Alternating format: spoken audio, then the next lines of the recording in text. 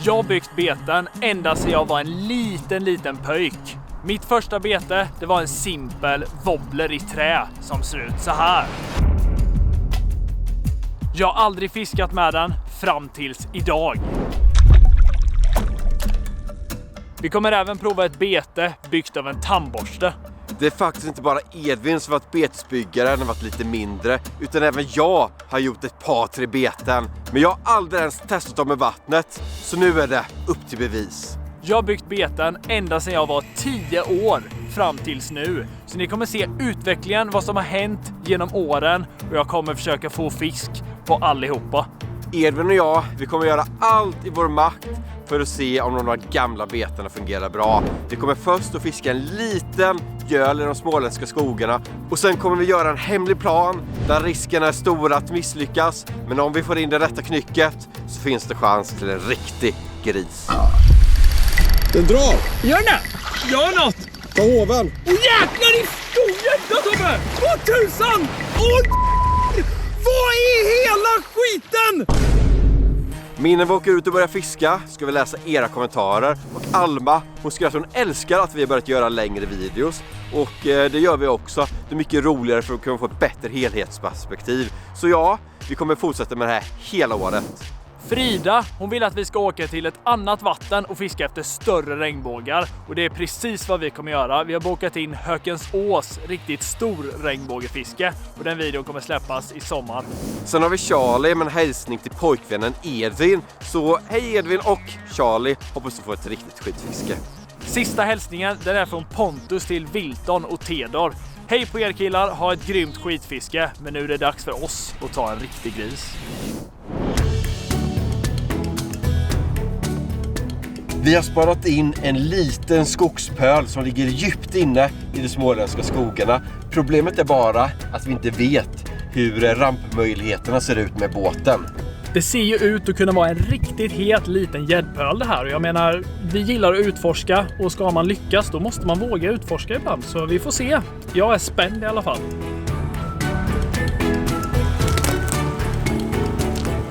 Nog för att Subaru är en bra terrängbil, men här har vi ju en hage, vi har en brygga, vi har en dammlucka och träd och typ 80 graders vinkel här. Jag tror det blir svårt det här. Tråkigt, synd. Det blir ingen fiske idag. Det är också högt vatten, så man skulle väl kanske kunna fiska från land här. Men det är så mycket sump nu när det är högvatten, så det är inte heller något alternativ. Men man ger sig inte första laget om man hittat en het gäddsjö så här som jag inte tror att någon fiskar i. Så det sista alternativet är att hämta en takbåt. Problemet är ju bara att August, han är den enda som vi känner som har en takbåt.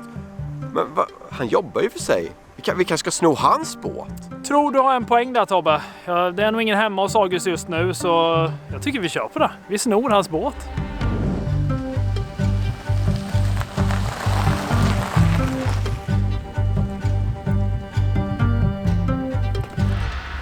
Nu får vi vara tysta. August verkar inte vara hemma, men man vet ju inte.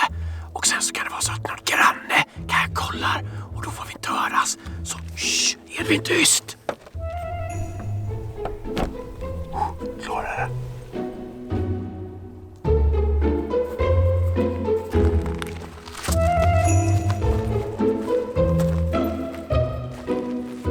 Här är båten och nu är vi bakom laggorna, så nu kan vi ändå prata normalt för det är ingen människa här. Men vi har hittat den i alla fall. Men Edvin, det är en där som kollar in oss. Det är Augusts vaktkatt här som kommer rapportera. Det där är ju en spionkatt, det ser jag. Den har ju så här minneskort i huvudet och allting. Så vi är nog körda, Tobbe. Vi kan lika väl prata normalt nu.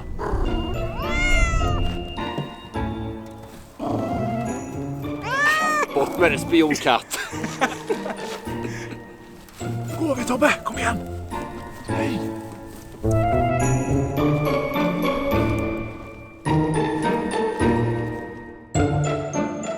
Vi klarar det, Edvin. Yes! Give me 5. Det där var för högt, du måste sticka!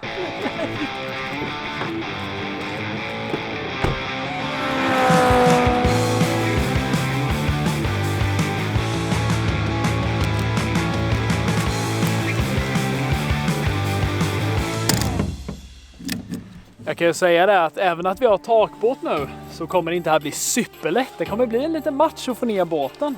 Men alla vet ju, där det är svårast att få ner båten, där är det som mest fisk. Det hoppas vi på i alla fall. Nu Edvin får du inte repa bilen, men det är okej att repa båten för den är ju inte vår. Är du med? Du behöver inte vara orolig, Tobbe. Jag är stark! Stark är jag! Det verkar som att Edvin, han har ätit sin gröt var dag. Så det är bra Edvin. Nu ska vi bara se till så att vi får i den. Inga problem. Tobbe! Du kan inte vara försiktig, Tobbe. Det är ju tur att de här takbåtarna är väldigt tåliga. Så vad jag ser nu så blev det inget märke. Så Augustan kommer inte märka någonting. Vi har också märkt att det finns en väldigt bra plats för att lägga i den. Så är den bara på i med den sista biten här nu då. Annars är det märkligt om vi inte skulle få i den här. Gick bättre än förväntat faktiskt. Om man tar med i beräkning att det var Tobbe som var med när vi bar båten här. Så jag är nöjd ändå. Nu är det bara i med alla saker i båten här. Så ska vi se om vi kommer ut i den lilla kanalen.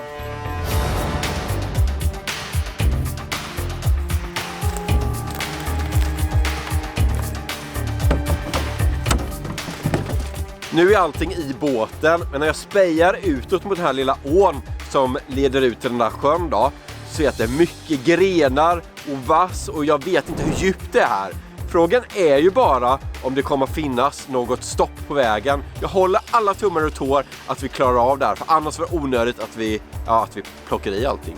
Jag ser ju att det är ett träd som går mitt över ån där framme. Det ser inte jättetjockt ut, men det är ändå ett träd. Fast det är inga problem, det har vi gjort innan. Tobbe är bra på att köra över träd. Du kör du rakt nu, Tobbe. Ska du köra så fort? Tobbe! Ingen minns en fegis och man fångar inga gäddor på land.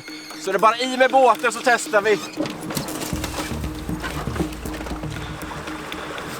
Ut på utforskaräventyr här. Woo! Då puttar vi ut oss. Ja! Första försöket så jobbar proffs.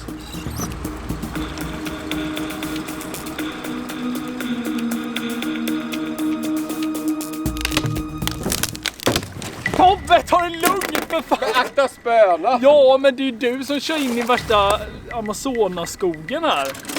Knäcks. Ta det lugnt. Nu kommer det värsta utmaningen här. Ett stort buskage innan vi kommer ut i sjön. Är du med, Tobbe? Eller ja. Är jag med? Ah! Hjälp! Det går! Inte! Nej, vi är fast. Jag gassar lite. No! Aj!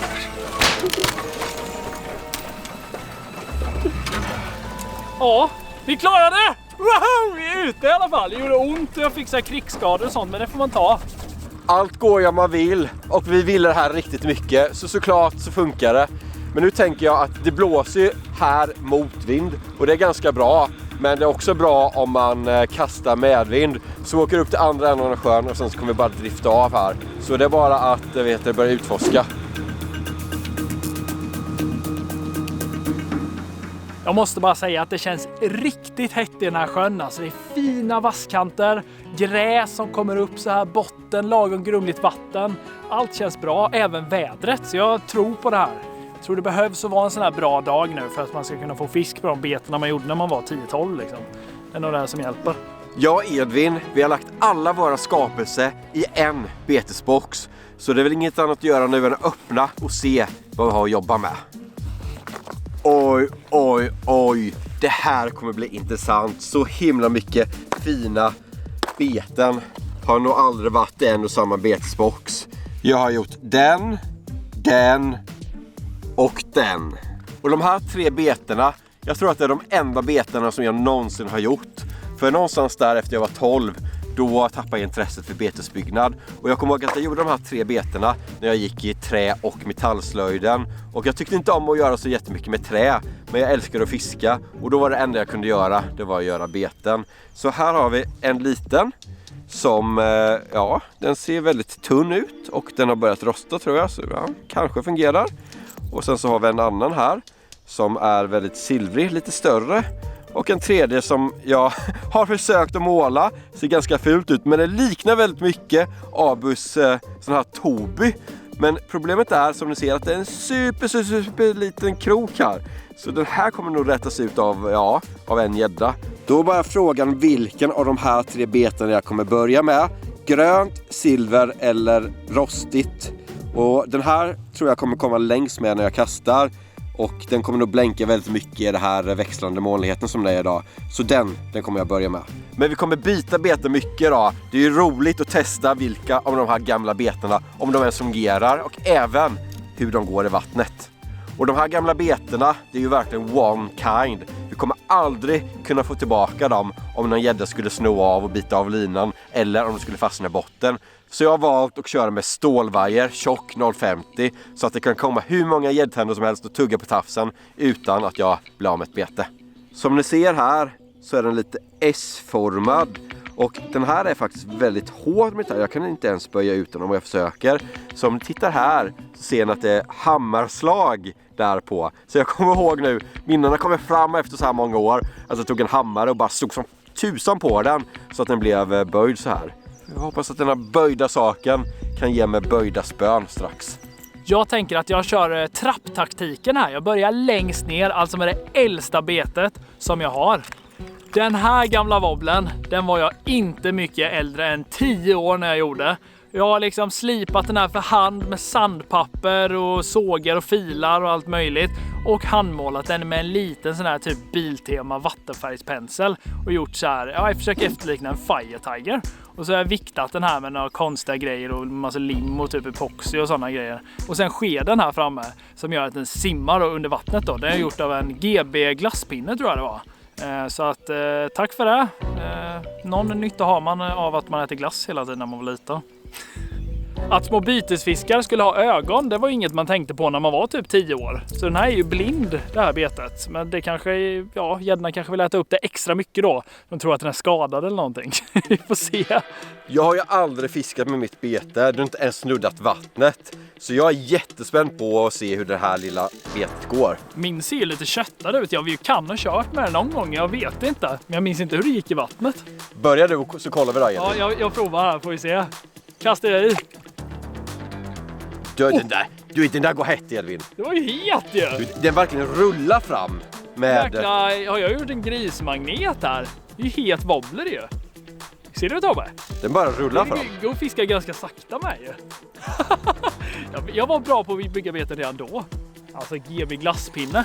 Det har gjort att skeden är bra tror jag. Jag är het nu. Det blir intressant att se om min lilla plåtbit har någon speciell gång. Jag är tveksam till den där rackaren, alltså det ser ut som värsta så här, jag vet inte vad Tobbe, jag vet inte ens om det är plåt för det väger ingenting som ett löv. Jag hoppas inte att det snurrar, för då kommer jag trassla upp linan. Ja, det kommer det göra, men så länge får vi se. Det är typ suspendig. Nej, den är het! Den är och det snurrar inte. Det går jättehett. Det vickar så här som en riktig fisk. Och man kan fiska grunt, den går ju inte djupt. Jäklar, du är duktig Tobbe, varför la du av med den karriären? Ja, just det, du provade ju aldrig betena, det var det. Det var det, och jag bara provat dem, där hade jag jobbat med betesdesign istället för att göra YouTube-filmer. Men kolla min, alltså fy tusan vad het min är. Jag kommer få fisk nu, bara så du vet. Men det är en sak för oss att tycka att betet går hett. Gäddorna måste tycka det också. Så det finns väl inget annat att göra än att se om de faktiskt kan leverera på riktigt. Jag kan säga att jag kommer inte långt när jag kastar. Det är minus. Men det går hett, det gör den. Jag har ju lite mer vikt i mitt bete så ja, jag kastar ju bra ju. Jag är bara lite orolig för att skeden kan smälla av och knäckas om det skulle visa sig att den här var riktigt bra och det skulle smälla på liksom. Jag tror alltid att vi kan få lite fisk. Och fisk! Nej! Vad i helvete, första kastet! Va? Ja! Edvin! Första kastet! Vad small till på gamla 10-årswobblen alltså! Och den sitter jättelöst! Gädda! Där har jag den! Snyggt Edvin!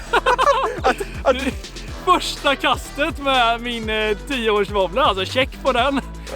Ska jag fortsätta med den här nu eller? GB-pinnen höll också. Skeden small inte. Men, testa att ta någon till på den. Jag får göra det. Men du är ju naturbegåvning redan då som 10-åring. Tydligen. Jag behöver bara ett kast. Åh, det var sjukt. Ja, det var kul var det. Det var riktigt kul. Kanske en bra dag idag. Jag hoppas Kan vara det. så. Nu blev man ju extra taggad här alltså. Kolla! Kastkanon! Alltså jag var ju bättre när jag var 10 typ än vad jag är nu. Kanske inte. Men jag blev extra taggad nu på att fiska vidare här när det bara smäller på i grejerna. Oj, oj, oj, oj, oj. Hur går det där borta Tobbe? Får du något? Kommer du någon vart med ditt skeddrag eller? Kommer ju inte lika långt som du gör, det kan jag inte säga. Men det går väldigt grunt och väldigt hett. Det är ju typ så här shallow-gående skeddrag. Det har jag inte sett så mycket av faktiskt. Som man kan fiska sakta med. Ja, det ser fin ut. Ja, fisk! Den är sjukt bra den här! Alltså den är ju bra! Den är ju bra Tobbe! 2 gäddor på min fina 10-årsvåffla. Ja, jag ska inte klaga. Jag har ju hittat vinnarbetet för dagen här direkt. Men det känns som att den är så bra det här betet så jag vet inte, jag kanske ska byta till något annat nu. Jag vet ju att det här funkar nu och det var kul att få på det. Men jag är också spänd på att prova de andra beterna som jag har gjort i lådan. Då ska vi se vad som står näst på tur i min betesbyggartrappa här. Det är frågan, jag tror det kan vara den här rackan som jag inte ens har målat. Alltså den har ingen färg, det är bara en träkloss. Men här ser man att formen, den ser riktigt fin ut faktiskt. Här har jag utökat på finishen. Däremot lack på den här, det finns ju ingen. Men lite sådär svartmögel i träet ändå. Det känns som att gäddorna kan tycka det är hett. Ser ut som en lekmört lite så här prickig. Och en liten så här paddel där bak. Det är ju sån där paddeltailbeten då. Ser bra ut. Återstår att se om det går att fånga på. Jag fortsätter att nöta på med mitt skeddrag och jag tycker att den går väldigt fint. Men det är 2 problem. Det första det är att jag kommer inte alls långt när jag kastar för att den är så himla lätt. Och för det andra att den går väldigt grunt. Och här är ganska djupa kanter. Om det varit en väldigt grund vik så tror jag den fungerar kanon. Men nu droppar ner till typ 1,5 meter på direkten. Och då när den här går precis i ytan så tror jag att det kan vara lite svårt att få en fisk. Men jag kommer fortsätta. Till slut så kommer det garanterat hugga någon gädda. Sanningens ögonblick. Hur går den i vattnet? Det går ju hett ju. Den vaggar ju riktigt mycket. Alltså den bara vaggar så här. Den bara skickar magen fram och tillbaka av den där padden. Jag har ungefär 12 kanske när jag gjorde den här. Den första 10, den här 12 år. Ser den här lika bra? Jag tror det kan vara ännu bättre. Här har jag jobbat lite mer med ögonen. Jag har åtminstone ett öga. Jag hade bara råd med ett kanske, jag vet inte. Men då är det dubbelt så stor chans att jag får fisk. Eller inte får fisk om man tänker på hur bra förarbete funkar det. Tycker att det borde smälla på mitt snart också. Det ser ju riktigt hett ut. Det glänser ju hur fint som helst i solen. Ja. Kanske glänser för mycket, kan bli rädda för. Ja, de har inga solglasögon gäddor så det kanske är det. Jag fick en! Precis! Shit! På skeddraget? Ja! Tobbe, du är ju het nu. Det var ythugg på skeddraget. Och den är ju... Det var lite större än mina också, såklart. Och det sitter jättebra. Kul! Gäller att tro på sig själv. Jag tror att det här är första gången som jag har tagit en gädda eller en fisk för den delen på ett bete som jag har gjort 100% själv. Design och även hantverket. Så den här är jag riktigt nöjd över. Inte den största gäddan men ändå det känns så mycket roligare att fånga fisk på beten som man har gjort själv. Man kan ju inte säga att den här satt jättehårt. Det var nära att jag tappade den. Men så här enkelt var det att kroka av den. Tur att den inte släppte. Jag gjorde ju 3 stycken beten när jag gick trä- och metallslöjden. Så nu har jag fångat fisk på ett bete. Check på det. Och mitt mål det kommer vara att fånga fisk på alla mina 3 egna gjorda beten. Så nästa bete jag väljer det blir nog den här gröna. Och den här, jag måste bli inspirerad av Toby. För den ser verkligen ut som det där betet som fick så mycket regnbågar på i en annan video. Den här, ja, det är kroken alltså kommer förmodligen och hjälpa mig på det här. Men jag tror ändå att den kan ha en bra gång. Då är det bara sanningens ögonblick och se hur det här betet går. Ja, det går inte så dåligt. Det snurrar lite mer och den går väldigt ytligt. Men Nej, det andra betet gick bättre. Jag ger det försök ett litet tag i alla fall. Men det är ingen högoddsare för mig. Särskilt inte med den där lilla kroken. Ja, för att vara en Toby som ser ut som en 3-åring har gjort på dagis så gick det ändå helt okej, Tobbe. Jag hoppas att den kanske fångar mer fisk än hur den ser ut visuellt liksom. De där vingarna var ju lite dassiga ändå. Enda är ju att det spelar ingen roll hur vi tycker att den går i vattnet. Det viktiga är att gäddorna tycker om det.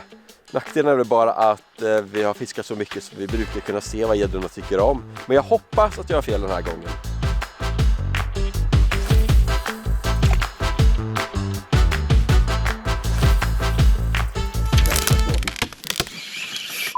Alltså, nu sitter jag alltså uppe i ett tjockt träd med mitt bete som det bara finns ett av. Det är inte okej alltså. Kör in nu Tobbe, alltså jag pallar inte vänta mer. Mitt bete orkar inte hänga där längre. Det är faktiskt inte någon tävling idag utan vi ska hjälpas åt, tänker jag. Nu kommer du från helt fel håll här ju. Åh! Den släpp! Varför kan inget gå smidigt för? Bort med det alltså. Men jag hjälper dig, Edvin. Den vägrar. Dra bara dra. Men det skär ju in i min finger. Kolla mina fingrar, men det är köttar alltså. Jag tar den åt. Ja, hjälp mig Tobbe, gör det. Har du den? Nej. Kom igen nu då. Nej, det tar jag. Nej, jag tappar. Det var inte lätt. Här är du. Yes. Vad hade du gjort utan mig, Edvin? Alltså jag vet inte. Förmodligen tappat mitt bete eller någonting. Jag har ingen aning. Men jag får inget på det här betet. Jag har kört med den en stund nu. Inga hugg alltså. Den ser jättehet ut. Men det har börjat sjunka fortare med. För träet bara suger in massa vatten och vikten här nere. Den har börjat släppa. Alltså det har blivit en liten glipa där. Så den sjunker fort och jag vet inte. Simmande träbit med en utomjordisk paddel på. Alltså det kanske inte är det gäddorna vill ha. Jag vill ha min Fire Tiger Wobbler. Min ser ju väldigt fin ut. Alltså den ser ultrahet ut. Men den är inte det. Din Toby levererar säkert bättre.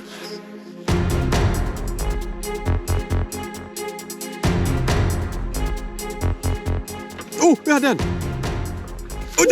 Nej! Nej, lilla kroken gör inte jobbet! Ja, det var därför jag annars hade krokat den, tror jag. Tobbe! Den högg 2 gånger. Så är det inte pytteliten heller. 2 gånger var samma gädda högg på. Men jag känner att jag gjorde det här betet när jag var väldigt ung. Och den här kroken tänkte jag väldigt konstigt med. Den är ju för liten, jag kommer inte kunna kroka en enda gädda på den där. Så jag måste uppgradera det här betet, i alla fall med kroken. Slöjdkroken från 2002 gjorde inte jobbet, som jag misstänkte. Här har jag min abborrelåda med massor med krokar i. Den här kroken tror jag passar bäst i det här betet. Ganska stor skillnad mellan de här två. Den här kommer jag garanterat och kroka fisk på, det tror jag. Har jag bara en sån här liten fjäderringstång som jag öppnar fjäderringen med. Jättesmidigt. Öppnar man så här, trär ut den och sen så trär man in den andra kroken i öppningen och sen så snurrar man bara. Så. Och Edvin, du som är betesbyggare, du kan förklara varför man inte ska ha för små krokar på betet. Det är viktigt att krokarna sticker utanför betets kropp så här. Tobbes skeddrag har ju inte jättemycket kropp, men den är ändå ganska platt och bred och den kroken, det var ju alldeles för liten. Det var ju liksom pimpelkrok. Men på tal om krokar och sånt så håller min krok på att skruva ut sig här. Alltså skruvöglan är lös. Det håller på att ge upp och även vikten har trillat ut, alltså gått sönder. Så jag vet inte, jag får ingenting på det här heller. Skeddragen börjar leverera mer nu så jag tror att jag ska byta faktiskt. Måste hitta på någonting. Det här var inte så bra, även att det gick fint. Då fortsätter vi uppåt i trappan här alltså. Jag har ju den här lilla fina jerken. Kolla på den här, den har lack och 2 ögon. Ser ut som en, ett litet jerkbait ungefär. Den gjorde jag i trä- och metallslöjden när jag gick i 7:an på högstadiet här. Så det var ett bra tag sedan och jag har aldrig fiskat med den eller haft den i vattnet. Så jag är ganska spänd på att se hur den går under vattnet, men fin ser den ut. Bra målad då, hantverk redan på den tiden. Jag är taggad nu alltså, det är mitt första jerkbait i livet var det här jag gjorde och jag har inte ens testat det. Hur sjukt är inte det? Ja alltså, den går ju. Det går ju faktiskt jerka den. Går lite som en pinne ibland så här rakt fram. Men ibland får man till snitsen och kan få den att gå så här sida till sida ändå. Det här kommer man ju kunna få fisk på i alla fall. kanske inte det hetaste betet jag har gjort, men det var ju ändå steg 3 i trappan. Så jag var ju, vad kan man vara, 13 år kanske när jag gjorde den här. Det finns ett inlopp och det var där vi la i båten. Och sen finns det också ett utlopp på den här sjön. Och där är vi just nu och det ser superhett ut. De här beten som vi kör med, i alla fall mitt, det går jättegrunt. Så att jag kan inte fiska i de där djupkanterna jättebra. Men här tror jag verkligen på att det har gått in en och annan gädda som vi kan fånga nu på de här betena. Titta vad hett det ser ut här, Edvin. Här måste ju stå en och annan pike i luring. Det är kanalgäddan här ju, det ser ju stekhett ut. Du, det är grunt här med. Här lär det vara en stor gädda tror jag.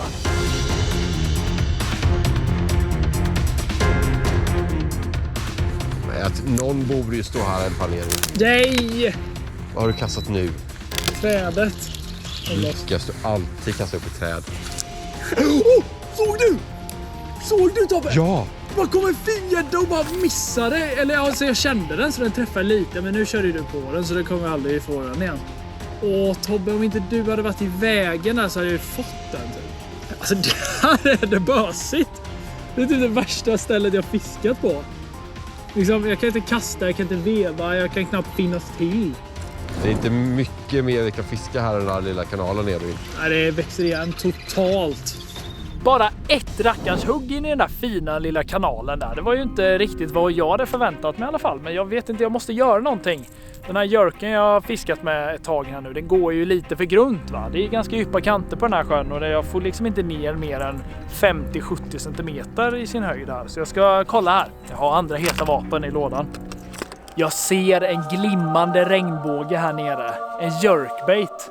Och nu har jag blivit 17-18 år ungefär när jag gjorde den här fina. Och jag började göra lite sådana här träbeten på riktigt där ett tag. Och jag är väl ganska nöjd med resultatet här. En regnbåge. Jag har suttit och gjort alla de här prickarna för sig så här duttat med en penna liksom. Och den är riktigt fin. Jag har inte kört så mycket med det här betet faktiskt. Men jag vet att det går lite djupare i alla fall. Så att jag kan komma ner lite på de djupa kanterna. Nu tar jag även och byter till multigäddspö här. För den här väger nog ändå en 50-60 gram kanske. Jag har proppat i ganska mycket bly i den här rackan. Så hellhoundspö upp till 70 gram. Det här blir perfekt för såna här små jerkbaits. Ska vi se hur den går i vattnet. Oh, den gör S-kurvor. Den här tar vi. Nu kommer jag smälla på fisk. Den går så här som en orm och bara slingrar sig.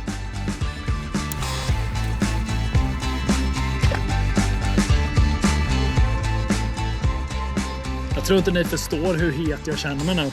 Jag känner mig som en helt annan människa helt plötsligt. Alltså jag är så stekhet. Fisk!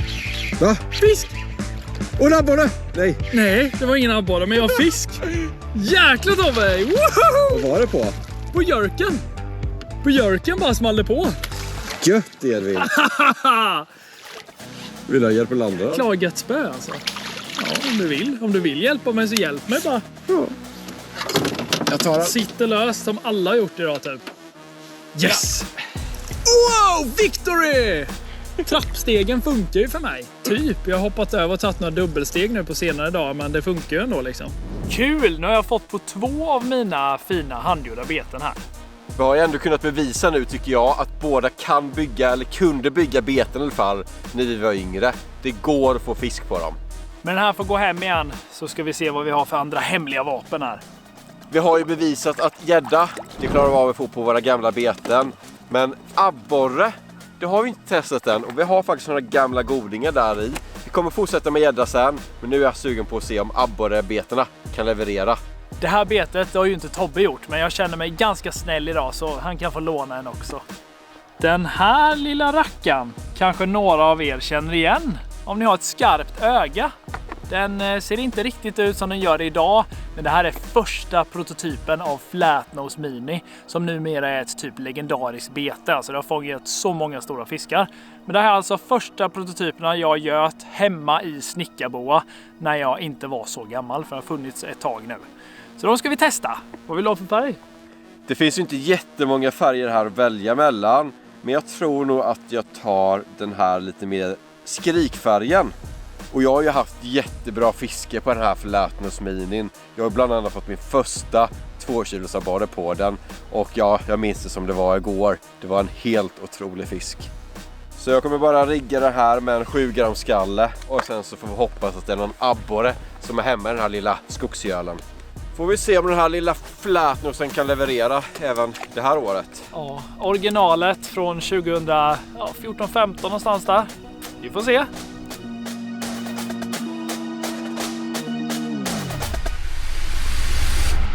Där, jag har den!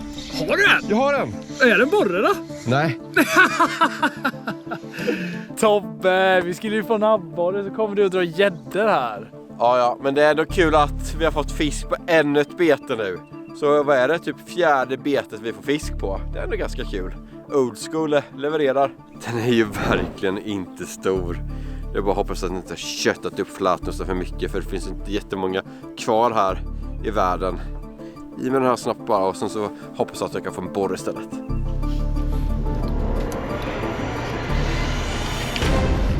Nu var den stor. Va? Ja! Ganska lätt spö, men jag trodde jag satt i stock liksom. Helvete. Men det är stor Tobbe eller något. Va?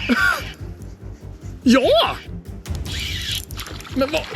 Det gick ju bra med abborrfisket ändå. Ta i lina. På största för dagen på Flätnos Mini. Ja, det kunde man tänka sig. På hög från ingenstans. Ja, den är ju störst. Ja, det är ju skaplig. Jodå, men nu börjar vi snacka här. Finaste gäddan för dagen. Tog i sista stund där på abborrfisket. Det var ju typiskt. Vi skulle ju ha en borre, men jag är glad ändå. Fick lite puls där ett tag. Trodde den kunde vara riktigt stor alltså. Han köttade ju mitt bete med. Jag har ju bara några få sådana här kvar. Det finns liksom inga mer sådana. Så. Den här får åka hem nu. Jag tror att vi också snart ska åka hem, eller vad tycker du? Jag tycker det. Det börjar mörkna, men det är en dag imorgon också. Och då har vi en annan plan som jag tror kommer gå att lås. En riktigt spännande plan. Missa inte det. Nej, det är klart ni inte kommer göra.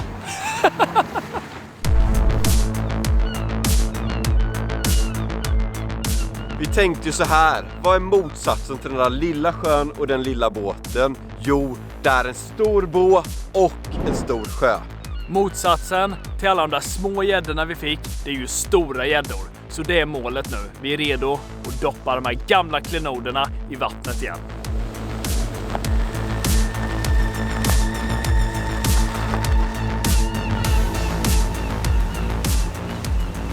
Det är ju lite skillnad från förra sjön. Det ser nästan ut som vi är ute på öppet hav om man kollar bakom mig här.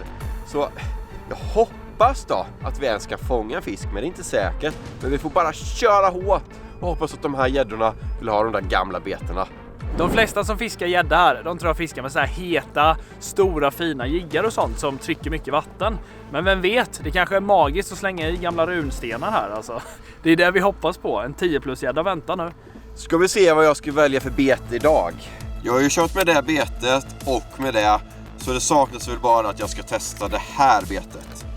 Det här betet ser ju väldigt rostigt ut, men ja, jag vet att de körde mycket med skeddrag förr i tiden och fick mycket gädda på det. Så jag tycker ändå att det borde fungera. Och jag måste fortsätta på min trappa som jag pratade så mycket om. Näst första betet utan färg och utan öga. Det måste leverera här. Det funkar ju inte i lilla sjön, men här tror jag det har bättre chanser. Det här är ju som sagt en väldigt stor sjö och vi kommer fiska på grynnor. Det är väldigt djupt runt om och sen så går det upp till typ 2-3 meter på en topp. Och sen så brukar gäddorna vara runt den toppen. Ska vi se hur det här betet går där i vattnet. Ja, jag kom inte långt när jag kastar. Men det ser faktiskt ut att gå rätt så okej. Men väldigt grunt.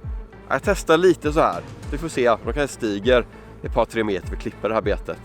Det känns nästan lite sjukt måste jag säga. Stå här ute på ett stort grundflak vid typ öppet hav och fiska med en olackad träbit. Det kan vara hett. Ja, hur känns det då att stå här nu då? Det känns som att man inte kommer få någonting. Jag vet, det känns typ ohett fast spännande på samma vis. Det är ju en sak att fiska smågäddor in till vassen och en liten sjö så de inte kan gömma sig. Men här kan de ju gömma sig lite vad som. Ja, finns lite vatten att fiska på. Ja, men med din gamla runa där så kommer det ju funka. Nej! Nej, jag tappade min vikt! Nej, ögat! Han är helt blind! Han var ju bara synskadad, men nu är han blind. Nu kommer jag aldrig få någonting. Nej! Den gick ju väldigt bra i vattnet måste jag ändå säga, det här lilla betet. Men den går väldigt grunt och den blänker ingenting. Så jag tror att om gäddorna ska stiga, för att de så tryckte på botten, så måste jag ha någonting som gör lite mer reklam för sig. Så jag ska nog byta bete redan nu. Mina beten är att glömma, så jag tänker att jag tar några sån här som vi körde med avslutade förra gången. Gammal hedlig Flatnose Mini, och vi fick ju några gäddor på den i förra sjön, så den borde ju fungera även här. Så det var ett försök även det.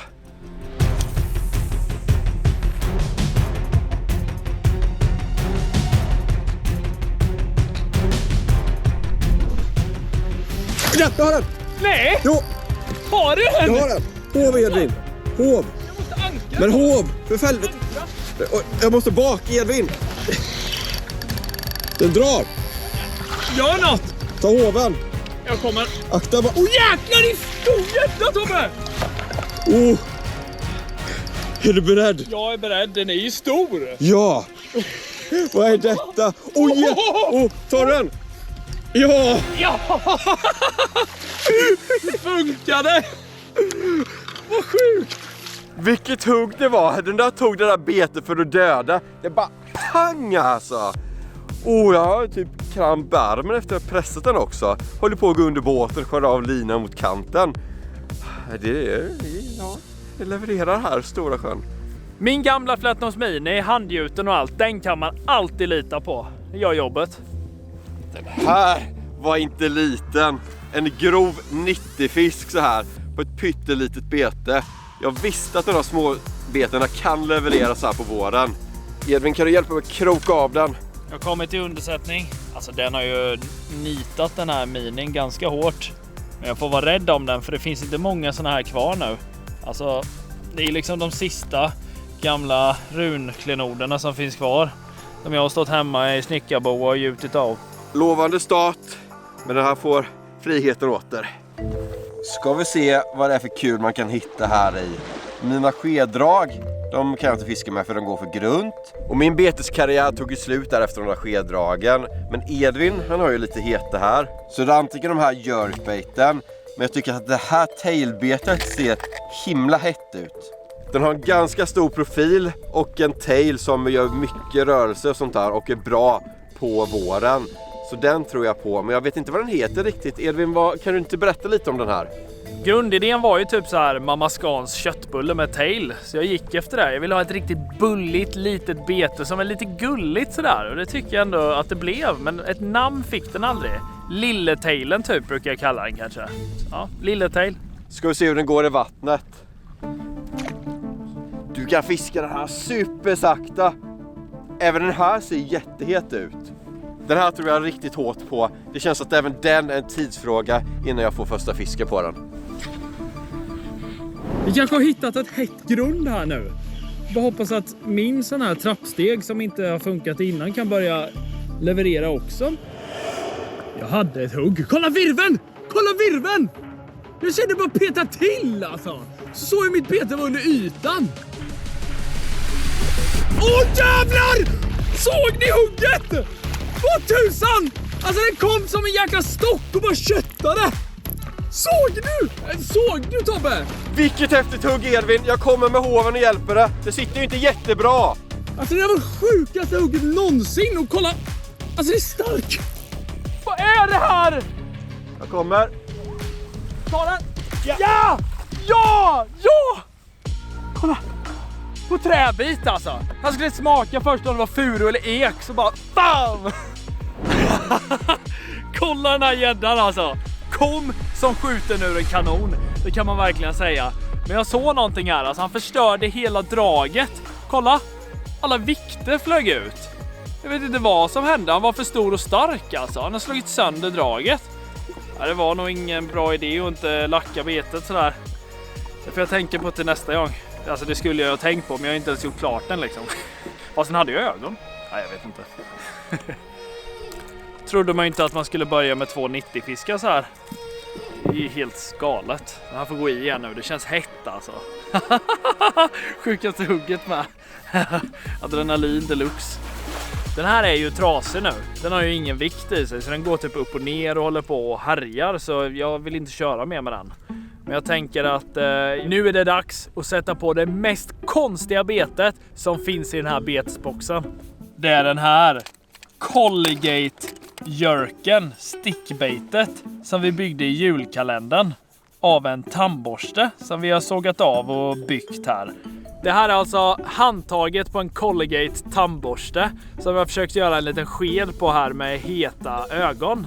Det ska bli riktigt spännande att se hur den här går i vattnet. Vi har ingen aning, den är liksom oviktad men ändå ganska tung. Det kanske går helt sjukt, vi får se. Nu ska den i vattnet, hoppas att gäddorna har smutsiga tänder eller någonting så de behöver tandborste. Den går som skit! Alltså den flyter typ som en kork och går typ i ytan. Popper är ju inte hett när vattnet är 5 grader, 4-5 grader. Och köra ytbete så här. Jag kommer aldrig få något på den här. Jag trodde ju den skulle gå hett ju, men den går ju upp och ner och bara konstigt. Lite fail alltså, det måste jag ändå säga. Enda som jag funderar över den Edvin, det är om den går på ett bra djup. Eller om de kommer trassa sig när du kastar någonting sånt som förstör upplevelsen.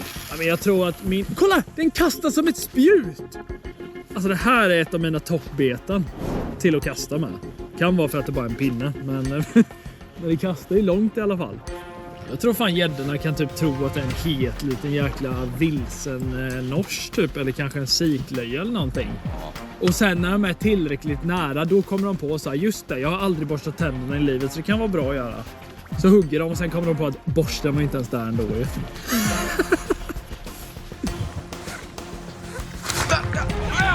Ja, jag har en jäkel. Jag vet inte om den är stor eller inte. Vi bara bakar av det ena betet efter det andra.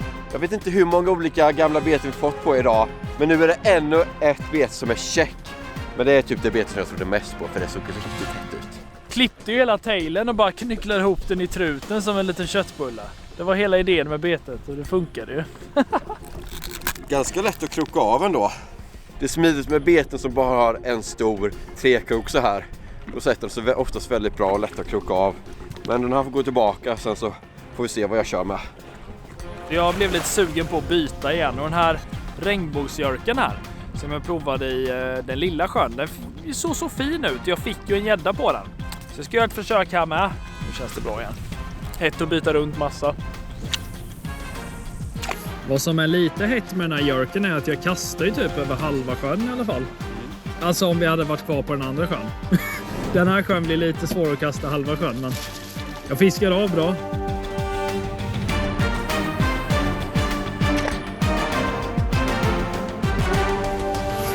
Fisk! Stor fisk! Eller något. Jag trodde det var botten. Den kan vara stor. Jag vet inte. Jag tror det. Ja! Den är det! Där är den! Tobbe! Jag kommer. Oj, den är stor! Den är det! Ta den! Jag kommer. Men upp med den då! Ja! Ja! Alltså, gamla beten som man har gjort själv. Hur kul är det inte att få på? De levererar överlägset. Det är ju sjukt det här. Vi kanske skulle börja ta upp vår betesbyggnad igen. Ja, alltså åtminstone jag. Alltså jag är ju för sig. Det är bara att jag inte gör den för hand längre. Men jag gör ju beten. Nu snackar vi alltså. Det här är lång jäkla gädda. Riktigt fin. Kolla vad den klippte jörken. Alltså den klippte den där jörken som ett munspel. Han vill äta en liten regnbåge där. Handmåla den. Ja, det är närmare meterfisk. Inte riktigt, men kanske 97-98 centimeter. Jag är riktigt nöjd över. Åh, kul. Den här får gå i igen. Måste säga, det här var en riktig nostalgitripp tillbaka i tiden. Det var kul att se att de här betena verkligen fungerade. Fortfarande alltså. Bra resultat. Och mina beten, de där skeddragen, de hade jag ju inte testat innan i vattnet. Så det var kul att se att de kunde leverera fisk. Det jag snickrade ihop när jag var typ 12 i trä- och metallslöjden. Kommentera i kommentarsfältet vilket av alla de här handgjorda betena ni tyckte var häftigast. Glöm inte att lämna en like och prenumerera så ses vi i nästa video. Hej då!